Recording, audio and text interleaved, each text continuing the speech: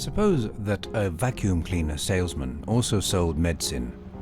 Regardless of whether you live in Latin America, the US, Russia, China, or in Sweden, would you entrust a vacuum cleaner salesman with the task of providing medication for your parents?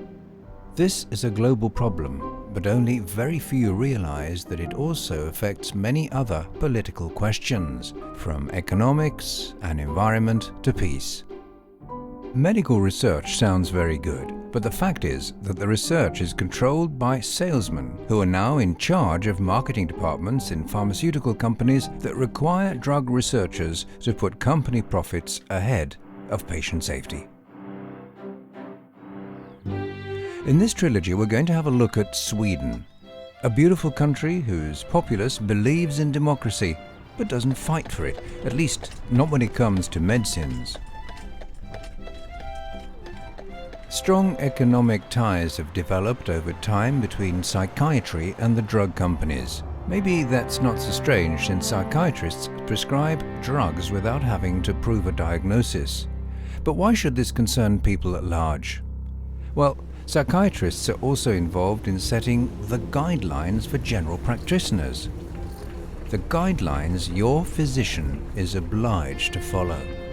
Your physician unfortunately becomes a victim of Sweden's hierarchic medical community, which controls what they're allowed to do on a traditional platform of consensus and uniform opinion, a situation which the drug suppliers are able to manipulate. So, the drug companies anchor their ideas with biased researchers who in turn convince leading psychiatrists who, through national guidelines, the media and salesmen, convince your general practitioner that a diagnosis can best be established by filling in a form answering questions that the manufacturer of the drug has prepared.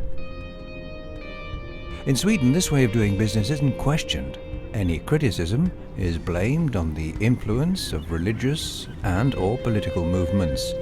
As a result, the medical community and the media conform, and Swedish democracy is crippled. Thus, we decided to turn for support from international experts: Canada, the United States, Australia, New Zealand, the Netherlands, and the UK. Many asked, who really cares in Sweden? One of the world's most prominent academics, researchers and authors in the field of SSRIs, selective serotonin reuptake inhibitors, works in Bangor, Wales. He is no less than astonished that the Swedish authorities failed to warn about the serious risks of SSRIs.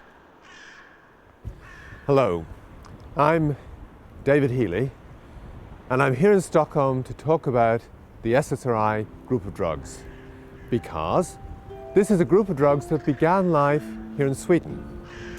It's a group of drugs that cause a very important problem. It causes careless syndrome.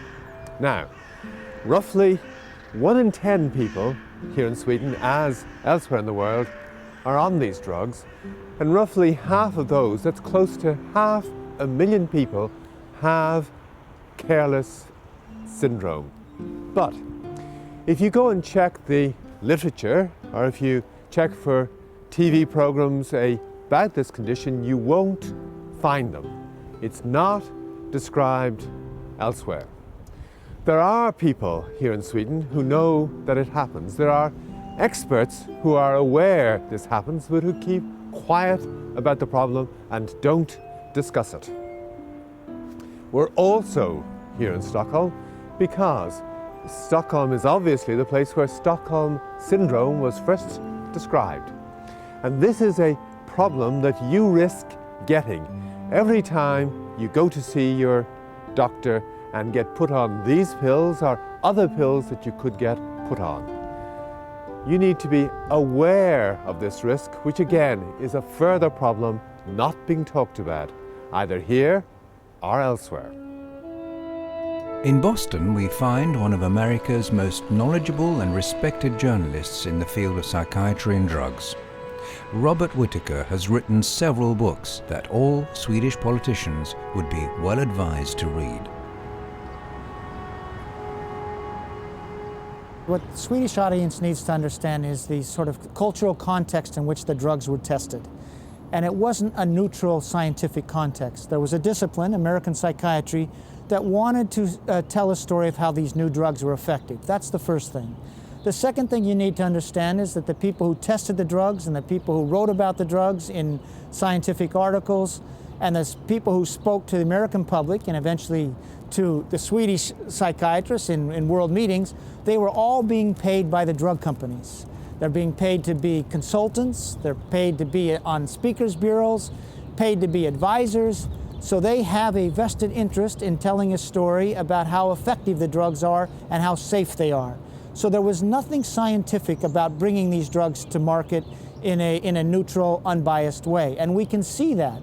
So if you look at the whole SSRI revolution, which begins with Prozac, when you see the initial testing, if you actually go into the documents, they were not found to be very effective for depression.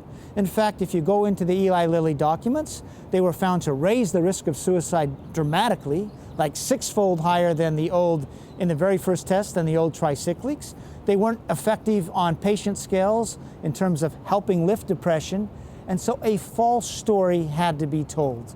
And that was the story that got, and you can see it even in the scientific reports that appear in the medical journals, they don't match with the actual data. So what it says in the scientific journals, these drugs are so safe, they don't talk about the heightened risk of suicide, and they're at least as effective as the old tricyclics and maybe even more so. But that's not what the actual data showed. And this is now coming out in various litigation and all. It's very clear, there's a very clear document trail that the drugs were neither very effective, they raised the risk of suicide, and they caused all sorts of other problems, akathisia, insomnia, mania. So for example, here in the United States, once we got the use of the SSRIs, we got a lot of bipolar patients. Why is that? You put people on SSRIs, a significant percentage will have a manic episode, they'll now be diagnosed with bipolar illness, and they'll get other drugs prescribed to them, and now they're onto a path really of lifelong disability. So you can watch this. SSRIs come in, we get this huge surge of manic episodes, and next thing you know, we have bipolar illness everywhere. I don't know the case in Sweden, but I'm willing to bet that you have a lot of bipolar episodes now that has risen up, suddenly being discovered, and it happens after you introduce the SSRIs. And this risk is very well quantified. And by the way, one Eli Lilly document. Eli Lilly, after they started selling their SSRIs, they bring an antipsychotic to market called Zyprexa, Lanzapine. I don't know how it's marketed I'm sure it's sold in Sweden, maybe as Zyprexa. And here's what they told their salesman, how to sell Zyprexa. They say, you can go into the doctor's office and say, do you have patients that have had a manic episode stirred by an SSRI? Our new drug will curb that problem. So here's the company that makes both Prozac and Eli Lilly and Zyprexa saying, we understand our first drug stirs mania, now use this drug to curb that problem caused by our first drug. So anyway, if you go behind the curtains, you find that right from the beginning, the drug was neither very effective and had a bad side effect profile. Here in the United States, after Prozac was entered into the market in 1988, it became America's most problematic drug. Prozac is called fluoxetine or Fontex in Sweden and is one of the SSRI drugs. Professor Ann-Liis von Knorring believes 10 times more young people should be taking the drug. Medicine or marketing? Ann-Liis has considerable influence over the Swedish guidelines. Första veckorna känns det bara problematiskt, för då känner man biverkningarna av medicinen. Men efter några veckor, om man har stått ut, så börjar man känna att det är mer positivt, så tillvida att man kanske tänker lite lättare och klarare. Börjar känna så att det finns stunder som är mer positiva, och allt det här andra kan komma så småningom. Det brukar ta minst 3 månader innan man är tillbaka. A healthy person both radiates and receives social energy. This takes place when we care about ourselves and our surroundings. We communicate through a constant flow of signals, and in this process we perceive how others feel and experience situations. This is the process called empathy, and it's the basis of civilized social development. But like all skills or qualities, it has to be developed by each and every one of us, depending on our current state.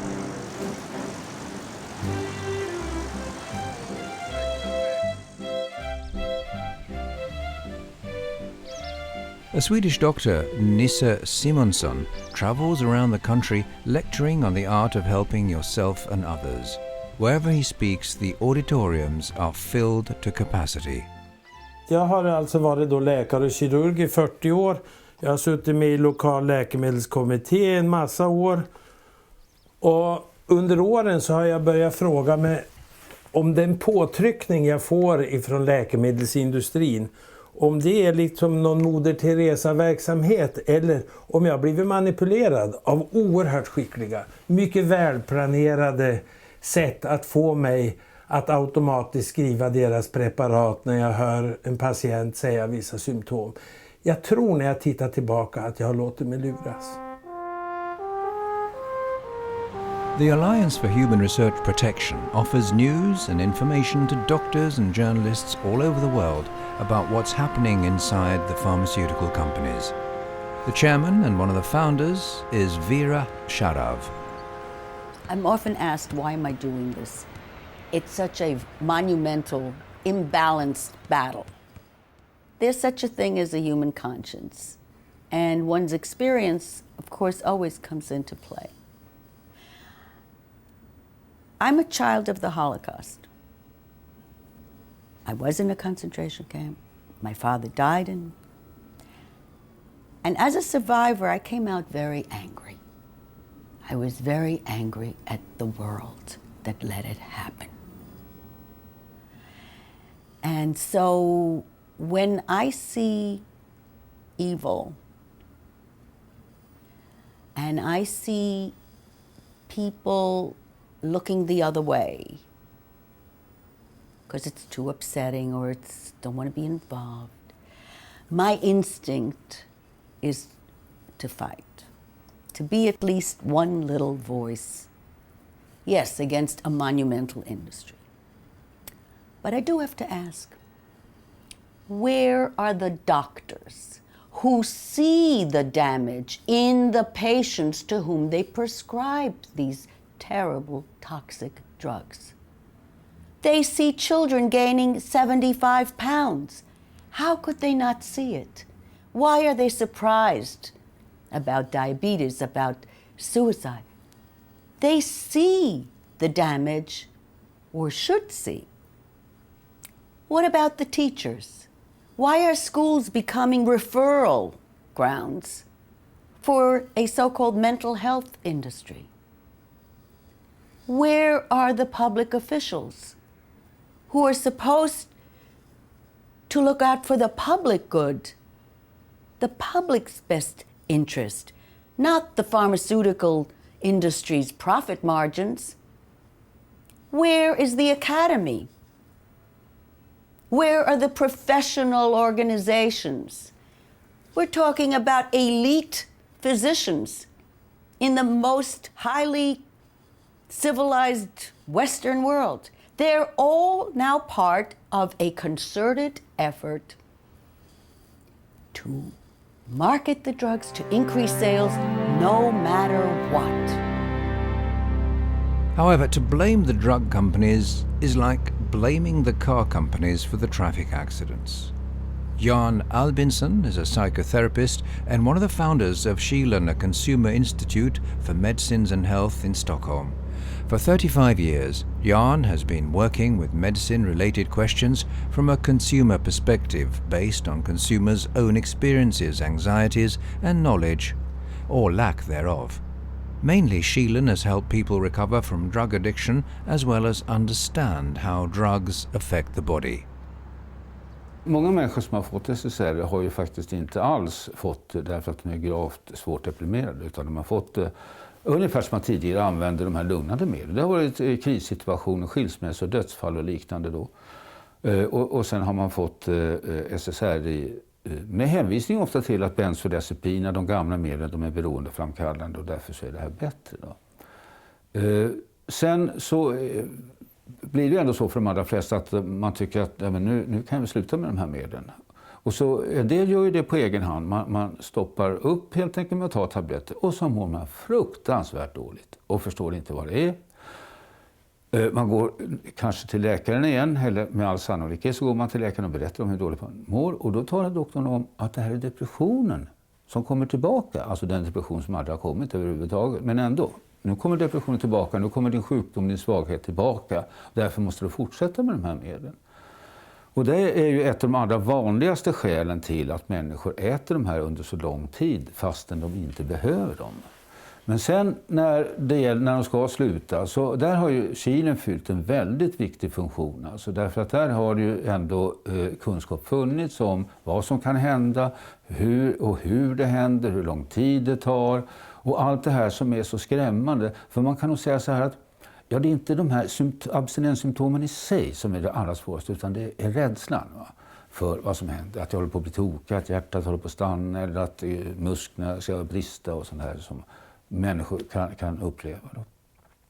Så att, och det är samma sak återigen, vad man behöver när man ska sluta, det är kunskap. Och sen behöver man lite uppbackning helt enkelt utav världen omkring också. Därför att det här är ett veritabelt helvete att ta sig igenom. Och man blir inte rolig alltså. Men om familjen eller vänner och arbetskamrater känner till det här så fixar det sig. Ja, men det har vi 35 års erfarenhet av. Det ordnar sig då. David Menkes is Associate Professor of Psychiatry at Waikato Clinical School in Hamilton, New Zealand. He's carrying out research on the side effects of SSRI. Another problem associated with the use of SSRIs is related to what is arguably their mechanism of action in relieving the symptoms of anxiety and depression. People end up often caring less about what goes on around them, things in general. They're just less concerned, less bothered. Now, when this effect is striking, as it sometimes is, people can seem really quite remote to those who are close to them. Their immediate family members may notice that they just don't have the same contact, the same warmth, the same empathy. Evelyn Pringle is a journalist working and living in Green Bay, Wisconsin, US, who's become known for her ceaseless work exposing the corruption between companies and American politicians, not least when dealing with medicines. I think what's important too to remember is that so many more people are taking these drugs and they're starting at a younger age. How is this going to affect the society as a whole when all different people in all different professions are taking these drugs and they don't feel empathy anymore and they don't feel remorse and they don't feel guilt and they don't really feel anything? What does this do for all different professions if we have a society of people anymore that basically don't care? I mean, these people come across like they feel like they're self-centered. They don't seem to care if they upset people. They don't seem to care if, anybody's mad at them. It is not this. It is really the drugs that is damaging that part of the brain that controls this. And they're not self-centered. And they do care, but they don't feel it, so they don't show it. So if we have a whole society, as more and more people get on these psychiatric drugs and become like this, what is this going to do as society as a whole when we have doctors and teachers and judges and lawyers, everybody who don't seem to care anymore? So antidepressive drugs called SSRIs have many side effects. One that patients experience as positive but that seems to fool the doctors is that you don't feel the same degree of pressure or expectations from people around you. It's like an invisible bubble that inhibits natural communication.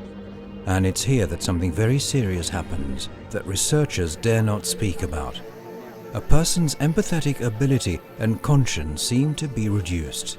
It gets harder to perceive the suffering of others and also one's own sorrows and losses. Often the surroundings are blamed for causing the patient's problems. He or she feels no need for close relations, nor do they react when a colleague's harassed. They drive past an accident without stopping, but they would not complain when visiting the doctor. because they'd feel stronger.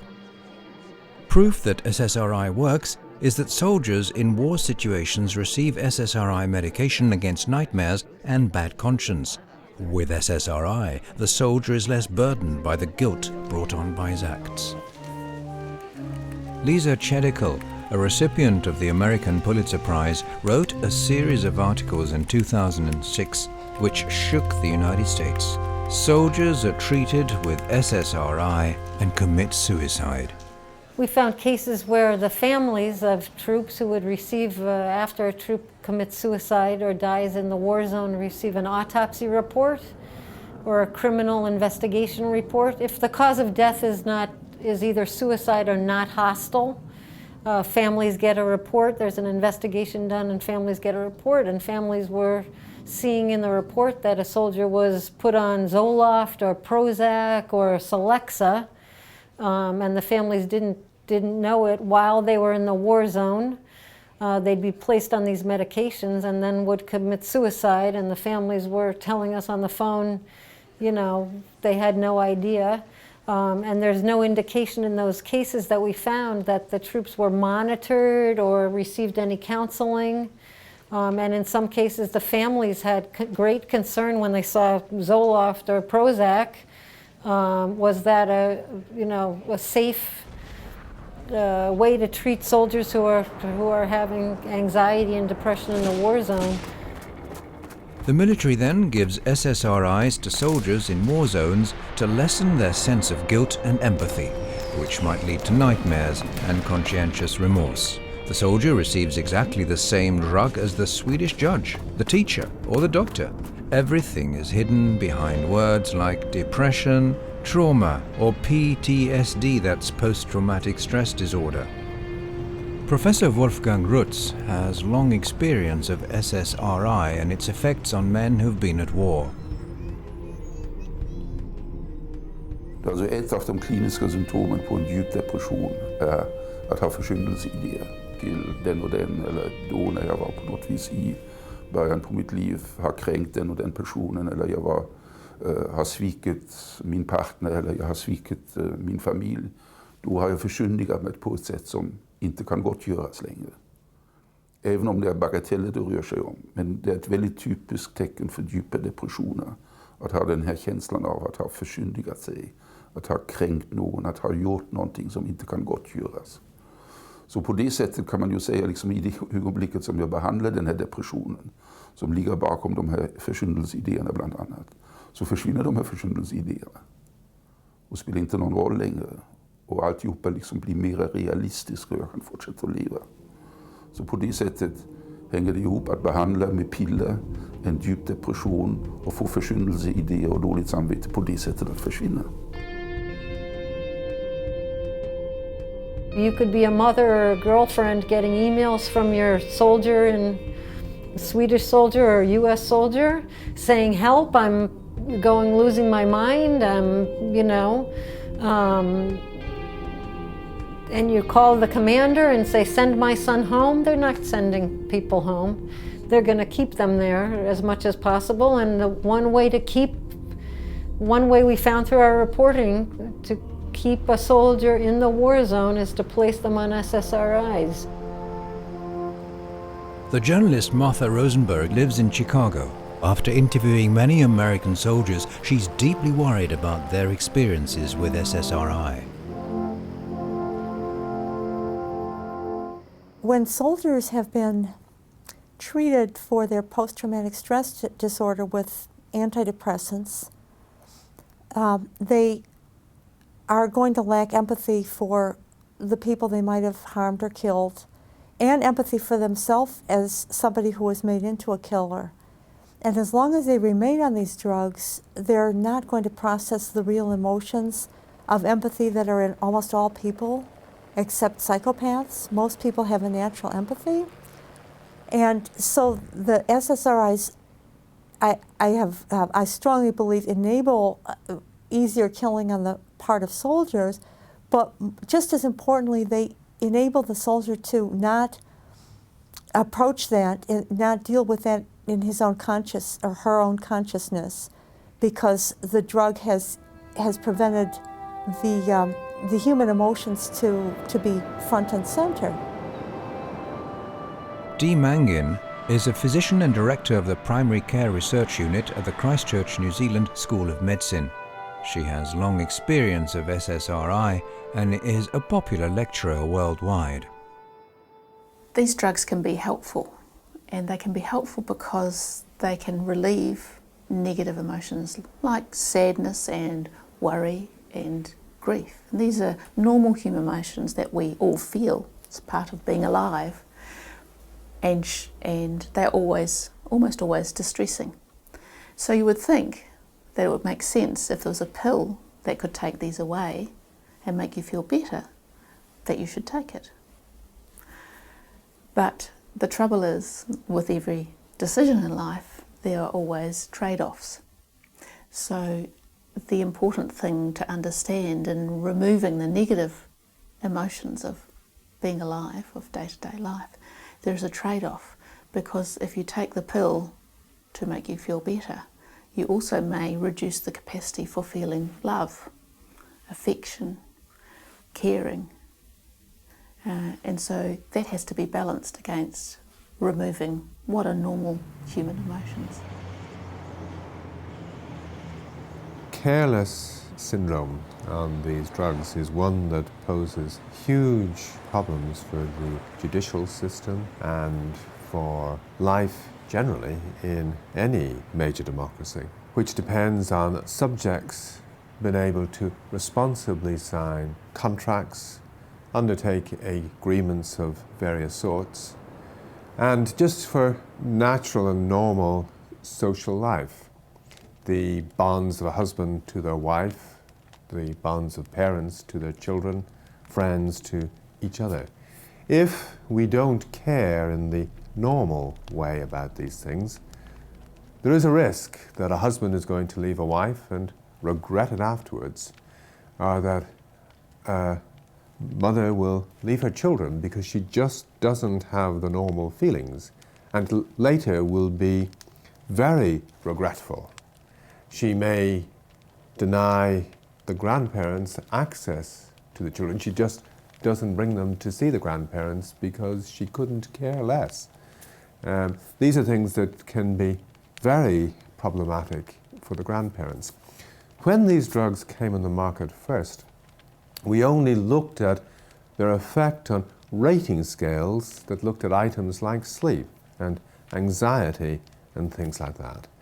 We didn't check on the possible economic consequences. We didn't look to issues like, well, do people lose their jobs because they aren't as concerned about doing a good job as they had been before?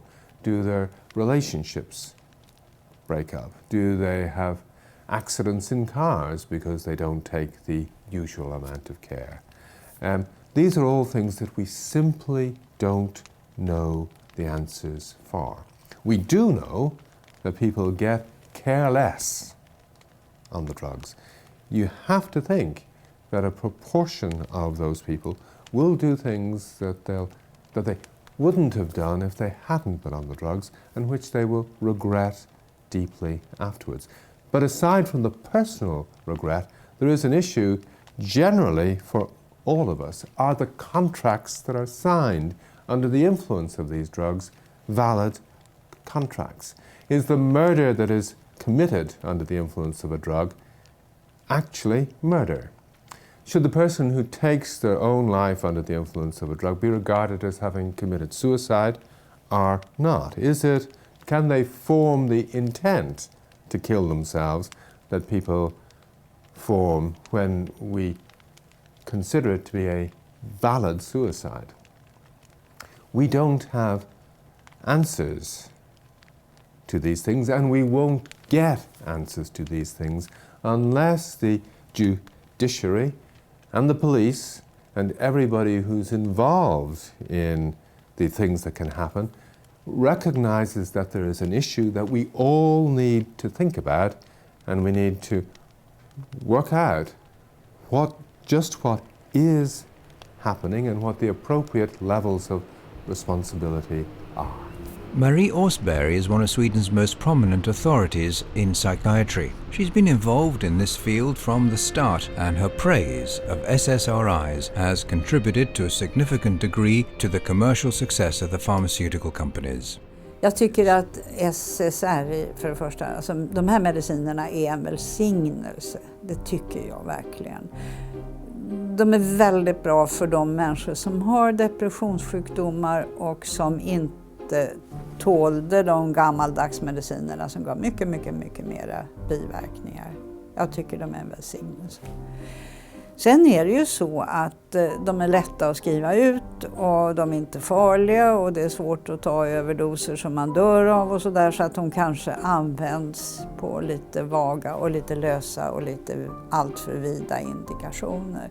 Det tycker jag inte är bra. Vem skulle tycka att det var bra?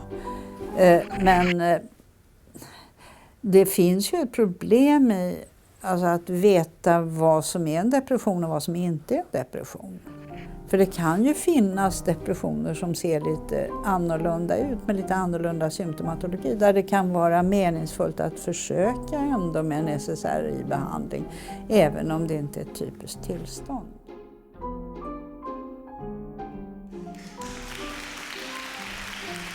The drug companies have for years successfully fooled both doctors and authorities into believing that depression is caused by levels of the neurotransmitter serotonin being too low. We'll now take you into the brain itself to show you what the companies don't want to talk about. The brain consists of a white to pink matter made up of a special sort of cells, brain cells or neurons. A brain cell consists of a cell body with smaller extensions, where the cell receives signals, and longer extensions which end in bifurcations with buttons, from which the cell can transmit signals with the help of a signaling substance, for example serotonin. Each thread can have from just a few up to hundreds of thousands and even millions of these small buttons. The number of combinations of electrical messages is practically immeasurable if we take into account the fact that the brain has 50 to 100 billion brain cells. A selective serotonin reuptake inhibitor, or SSRI, temporarily increases the level of serotonin, working as a kind of ignition liquid that transfers the signals. When the body detects the increased level of serotonin, it tries to downregulate it to the correct level. When patients want to stop taking the medication, the body will have a weakened ability to regulate the balance of serotonin, and it may take a long time to correct the weakness. The drug thus causes an imbalance in one of the body's most important processes.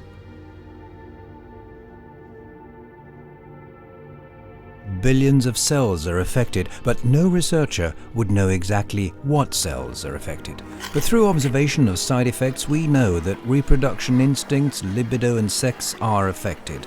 Aggression, fear of physical threats, and survival instincts are affected. Other cells are responsible for the development of the fetus. Well, you probably understand.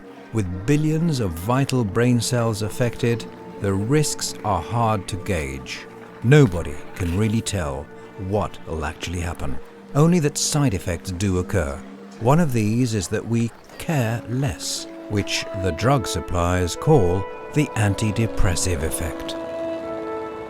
The book Overdosed America was written by John Abrahamson, a respected physician in the US and lecturer at the Harvard Medical School in Boston. He finds the Swedish silence somewhat bewildering. So if we look at the majority of people who are taking antidepressants who don't have a major depression, A, the drugs aren't effective, but B, the drugs do make people feel differently. And the problem is twofold. One is people are taking a drug, feeling differently, and interacting with the world in a somewhat different way. But I think the more serious problem is that we lose sight of the fundamental question in terms of helping those people, because they have a symptom. Their lives are providing them with less enjoyment and less hope and optimism than they would like, and that we would say is within the realm of normal for people. And what we're doing when we give those people a pill is we're sort of cutting off their lifeline from the teacher that is the symptoms that they're experiencing, that can help them to figure out what it is in their life that's causing them not to have as much fulfillment in their life. Is it something about their childhood history that's buried, that requires therapy? Is it a dysfunctional way of interacting with people that is eliciting responses that make them feel bad? Is it that they've lost their way in a spiritual sense? What's the problem? And when you just measure in these sort of cold-hearted scales about how depressed people are, then the solution is to give them a pill, as opposed to finding out where is it that they need to be in the world in a different way in order to get the fulfillment that they are currently missing. And I think, from my point of view as a family doctor, that's the real tragedy in all this. Yes, there are problems with activation and with suicidality and maybe violence, but I think the real problem for the vast majority of people who are taking these pills is that it's the opportunity cost of not having their symptoms be a teacher that leads them in a direction in which they will find their life more fulfilling. One of the effects of these drugs on other emotions, apart from just anxiety or sadness, is one study in particular shows that patients have a reduced feeling of empathy or sympathy towards other people. So again, if you think of what that means for us as a society, if 10% of us are taking these medicines, if your teacher or your doctor or your boss has a reduced capacity for sympathy and empathy, what does that mean for how we interact with each other as a society or within our families? Sheelan, the Consumer Institute for Medicines and Health, started in 1992 and up to 2006 was helping people who wanted to stop taking medications that were doing more harm than good. Then corrupt lobbying raised its ugly head. Through financial or other means of persuasion, people in positions of power in Sweden were manipulated, and Sheelan was forced into bankruptcy in 2006 by the Swedish state. När den nya regeringen tillträdde, alltså regeringen Reinfeldt, när den tillträdde 2006, då var det bara så var det slut med pengar till Kilen. Och det var inte ens så att vi kunde få avveckla och betala ut våra kontrakt och sånt där, utan det var bara, vi fick gå i konkurs helt enkelt. Och vi fick dessutom lova att inte starta Kilen igen om vi skulle hitta pengar någon annanstans. För då skulle vi bli återbetalningsskyldiga av den miljon som vi då fick för att försöka avsluta det hela. Mycket, mycket märkligt det hela. Perhaps you weren't aware that Swedish doctors receive continuous training from the same companies that make money from the drugs these doctors prescribe. Håkan Jarbin is a chief pediatric psychiatrist and one of the teachers. Vi är några stycken som nu har hållit på i 10 år med att fortbilda barn- och ungdomspsykiater i psykofarmakologi. Men då blir det ju lite bredare tag, för det blir ju också i diagnostik och i att hitta rätt patientgrupp och hur man ska sköta medicinen. Och det handlar mycket om, ju mer man kan och ju noggrannare man sköter det, då maximerar man nyttan och minimerar man riskerna. Och se till att ge rätt patient rätt medicin i rätt dos under rätt tid och följa upp och få fatt i nackdelarna. If you're a fireman and you depend on a team in which you work for your own safety, is it important that your colleagues on the team care normally? If you're a policeman who depends on others, is it important that you know that they are feeling the appropriate anxiety and caring about what happens in the normal way? If you're a judge and you're asked to give a verdict on a rape case, for instance, is it important that you feel empathy for the person who may have been raped? if you're a doctor looking after others, is it important that you care and are concerned about the human suffering that you see? Is there anyone, in fact, out there where we could say of them that it isn't important that they care? I'm sure most of the jobs, most of the important jobs on which the lives of others depend are ones where we would all want to know that the person involved is able to care, has empathy. For the fireman and for the doctor and everyone else involved, not just the people on the pills, these are important questions that need to be answered. Your safety may depend on them. There's an enormous problem with having a quality public discourse about these issues, about how to learn what the best medical therapy is and how to get the right information to physicians. And this discourse is blocked or it's biased in a number of the avenues that we depend on. In 1973, there was a famous kidnapping that happened here. And one of the extraordinary things that came out of it was that afterwards the hostages that were held in the bank here were often grateful to their kidnappers for any of the kindnesses that had been shown to them. People described a new condition, Stockholm syndrome.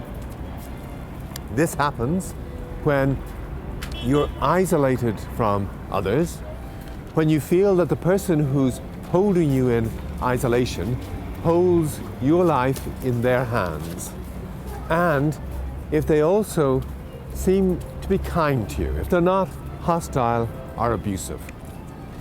If you think about it, when you get ill, you have the perfect conditions for Stockholm syndrome. You're isolated from others by your illness.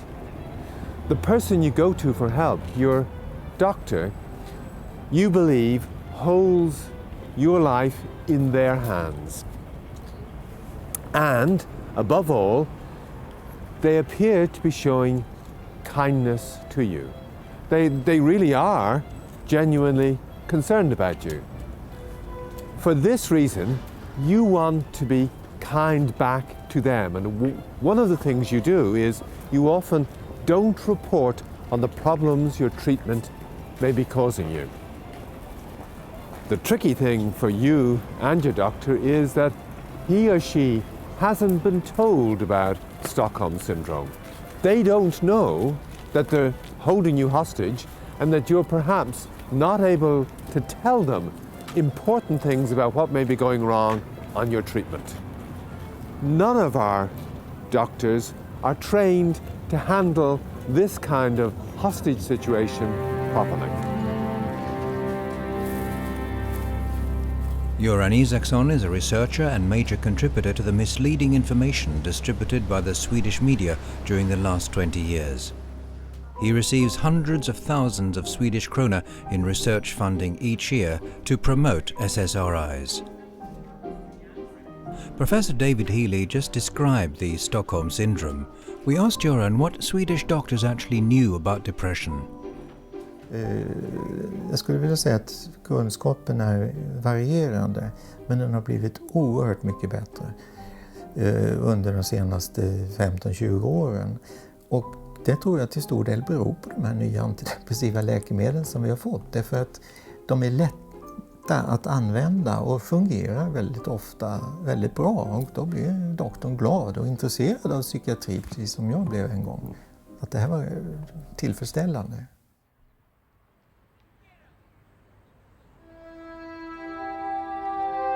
People who utterly lack empathy and conscience are called psychopaths. Robert Hare is a professor and researcher in the field of psychopathology at the University of British Columbia. He's been studying people who lack empathy and conscience for more than 50 years. Well, if we had good, solid empirical research indicating that medications of any type, and we're talking specifically about antidepressants right now, reduce the capacity for most or even many individuals to feel for other people. That is, to experience a sense of community, to become less socially and emotionally connected to other people. This would be a very serious problem, because we're confronting other problems that are doing the same thing right now. The expression of violence is a lot easier than it was in the past. The norms and mores of society are changing dramatically, so that we're doing things today that we would not have thought of doing 10 or 15 years ago. And partly it's the influence of television, the media, the internet. We can communicate and do things in a way that we couldn't do before. So I think we already have forces that are reducing the general capacity of a society to feel empathetic, empathy towards other people. And if we have something else that adds to this, then that would be of great concern to me, and I think to society in general. So what we need is good, solid empirical research to tell us to what extent antidepressants and other medications for high blood pressure and other things actually impact upon our capacity to function as caring, loving, social individuals. The message for politicians is this. It could be your husband, or your wife, or your children, or friends who are injured by a drug. They won't just be injured by the drug, they'll be injured by the lack of information that should have come with the drug. Because when I, as a doctor, give a drug to people, what's happening is not just that you give a pill, but you give information, instructions about how to use the pill wisely and safely. And that's where the problem is. And that's where your responsibility lies. There is probably not a single voter out there who thinks that you don't have the responsibility to make information like this available so that the drugs can be used in the best possible way. Here in the United States, we have a for-profit healthcare system.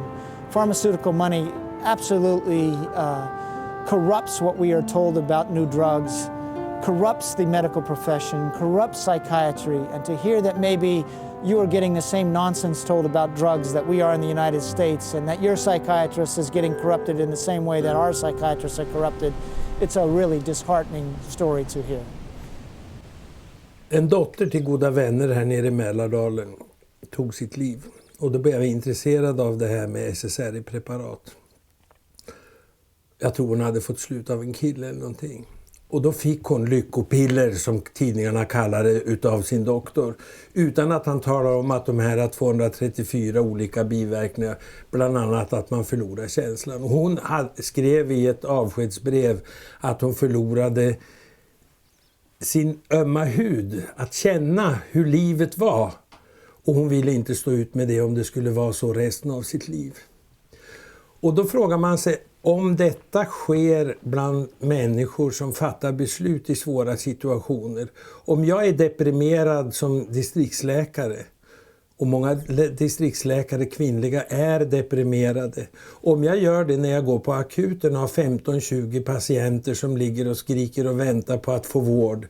Och jag inte känner att jag är viktig. Om jag inte känner med de här, om jag inte har tentaklerna nästan ömma av att lyssna, känna, lukta, smaka den här människans problem, utan bara skriver medicin och rent robotmässigt utför mitt arbete, då gör jag ett dåligt arbete.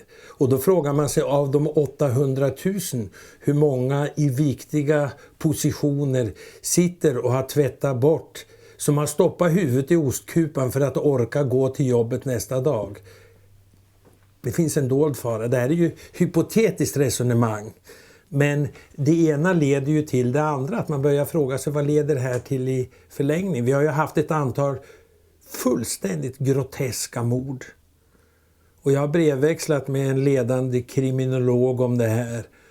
Och det visar sig att nästan alla de här groteska morden som ingen kan förstå, så har de här mördarna stått på de här preparaten, trixat med dem, mått dåligt, inte tagit inte, och så har det blivit fullständigt kaos i huvudet, det som man kallar för akatisi på latin. We want to feel each other's pain. If I'm with someone and I love and they're in grief and they're sad or whatever, I want to be able to be empathetic towards that person, and vice versa. If I'm feeling that as well, I want this emotional connection, and I want it with my children, and I want it with the society at large. But if we now have pills, sort of in the Brave New World fashion, a famous English novel, which is going to knock down our ability to care for each other, to feel that we are sort of on a boat, a tribal boat, and we need to try to look out for each other and feel each other's loss and joys. Well, what sort of society do we want? Do we want one that which we nurture the ability to feel for each other and to care for each other and to care for our fate? Or do we want a society where we take pills that make us more oblivious to each other? And I think to hear that, for me in the United States, to hear that Sweden is embracing this model of taking antidepressants and sort of numbing themselves to the world and to emotion, it's a little bit disappointing, because we hold up Sweden as a society where so much you do care sort of for each other, for society as a whole, and worry about social justice and health care and all those good things. And I would hate to think that Sweden was following our model, where sort of a Darwinian sense, take care of yourself, and there's no reason we need to have health care for everybody, sort of a lack of caring.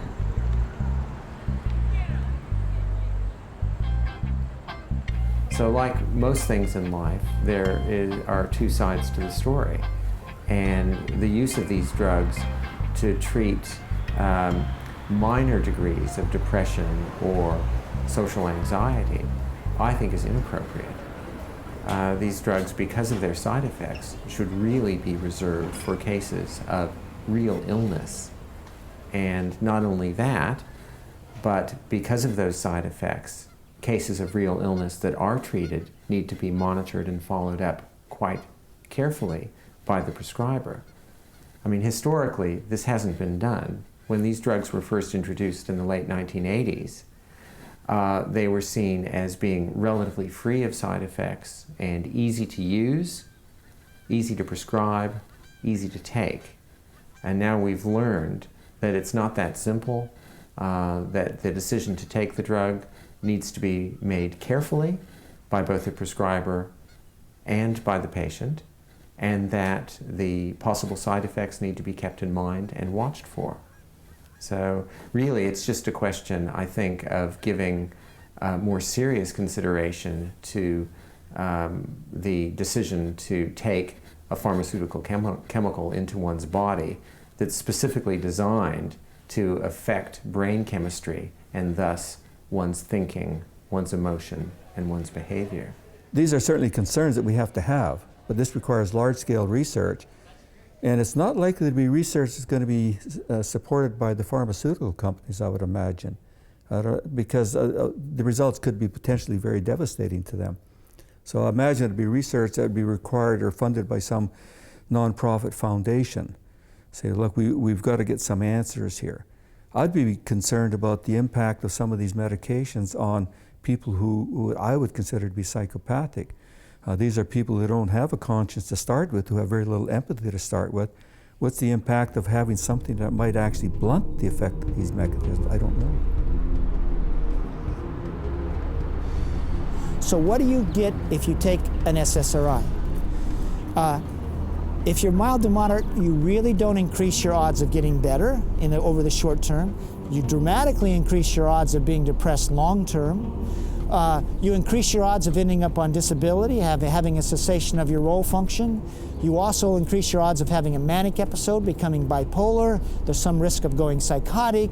And over the long term, if you're on these drugs 5, 10, 15, 20 years, you're at risk of cognitive decline, memory decline.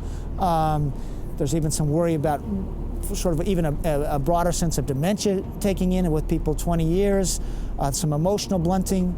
It's just if you immerse yourself in the scientific literature, if you believe in science, the story tells of a paradigm of care that increases your risk of becoming chronically depressed and, in fact, somewhat disabled by the illness. And in every society that I can find that has embraced SSRIs as a method for treating depression in a big way, their disability to depression is increasing. The problem of depression is increasing in their society. It's not decreasing. That, in my opinion, is a evidence-based sign of a failed paradigm of care. The book The Pill by Ingrid Carlberg tells the story, among other things, of Mia, who took her own life in 2002. There were then strong suspicions that the suicide might have been caused by an SSRI drug. Dr. Göran Högberg, chief psychiatrist at the Child and Youth Psychiatry Department in Stockholm, filed a report to the Medical Responsibility Board. I quote, "The risk of suicide and personality changes," close quotes, might have been contributing factors to Mia's suicide.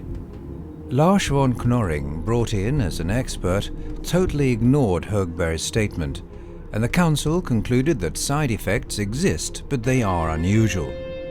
If warnings from a chief psychiatrist aren't enough, what attention would be paid to a patient's testimony? The Pill by Ingrid Carlberg raised the curtain and revealed the problems. That must have been a nervous time for many. How should one react? Criticize or praise? Lars von Knorring's wife, Ann-Liis von Knorring, who conferred the honorary doctorate on Ingrid Carlberg, had in 2002, the year Mia died, carried out research on the same SSRI.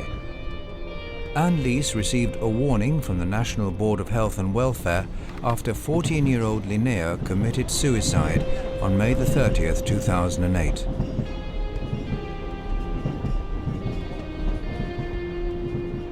One might question what happens in a society where empathy and conscience are obviously no longer important. Many will criticize this film, but maybe they are the ones who need help.